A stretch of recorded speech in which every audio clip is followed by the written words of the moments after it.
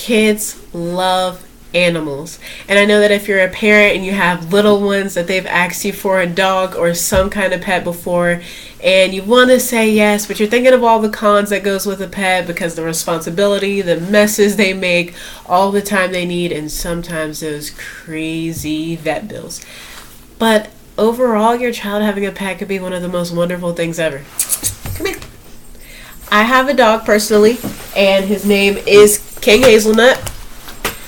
And my dog is one of the best things that could have ever happened to me. He's the sweetest thing ever. He does require, he requires a lot of maintenance because that's what dogs do. So as far as your child, it teaches them creativity for one.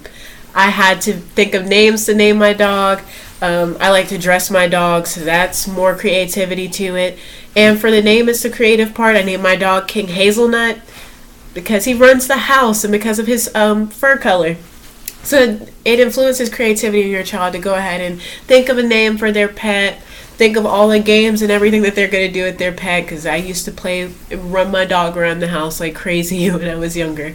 It teaches your child independence. So if you have a child that's more, shy or kind of introverted, having a pet could actually help them because it teaches them how to care for something themselves. They feel like, they feel big.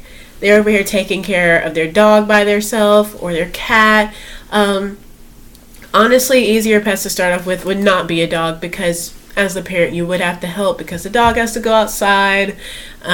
Feeding the dog and giving him water is fine, but they require exercise as well.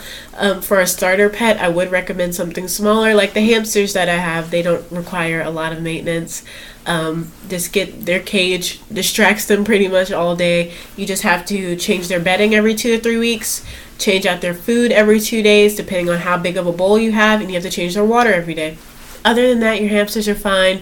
The kids will love them running up and down all through the tubes. If you take them out, my hamsters don't bite. I don't think any hamsters really bite unless your fingers smell like food. So that's a great start for a first pet.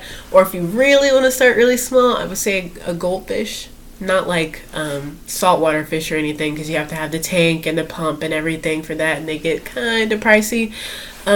Just say a regular vase with a fish in it with their conditioned water, and you just feed them, see how your child does as far as taking care of that. The main thing, it definitely promotes cleanliness. Your dog or your cat, whatever animal you have, typically you're going to need to give them a bath. Even if you have a chinchilla, they need water to clean themselves with. Even though they roll themselves in dirt, they're going to need a bath. So it teaches your child that, animals need the same things that we need, the basics and necessities. They have to give their animal a bath. They have to give it food and water, and that's one of the most easiest parts and one of the most exciting times. I get to feed them. Just make sure they don't overfeed them.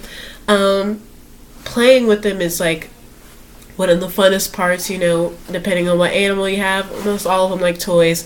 My hamsters love to roll around the house in balls. Ferrets, they come out and they definitely get active and play at night. Cats like anything, honestly.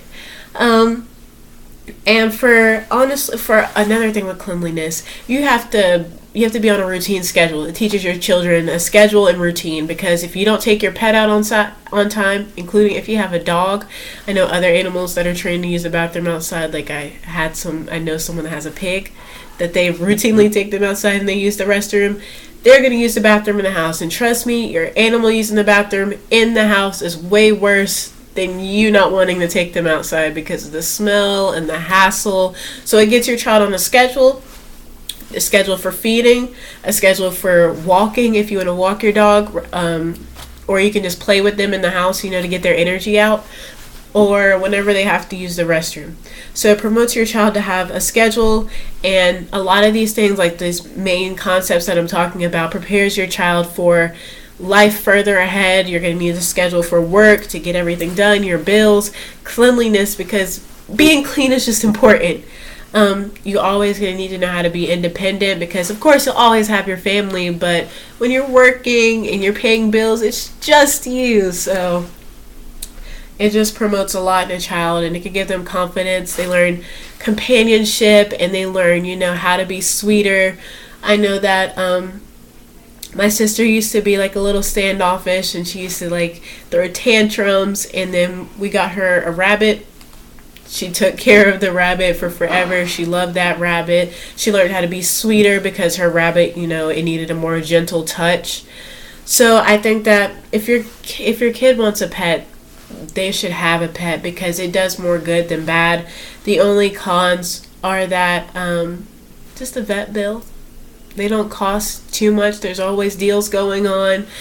And pets become a part of the family. They give you unconditional love just like you would give them unconditional love, and they're just so worth it. It's like having another, like another human in the house. I love my dog just as if he was like my best friend. So having a pet is a wonderful thing. They give you unconditional love. They'll never betray you, and I couldn't ask for a better dog. My name is Alexandria, and this concludes my persuasive speech.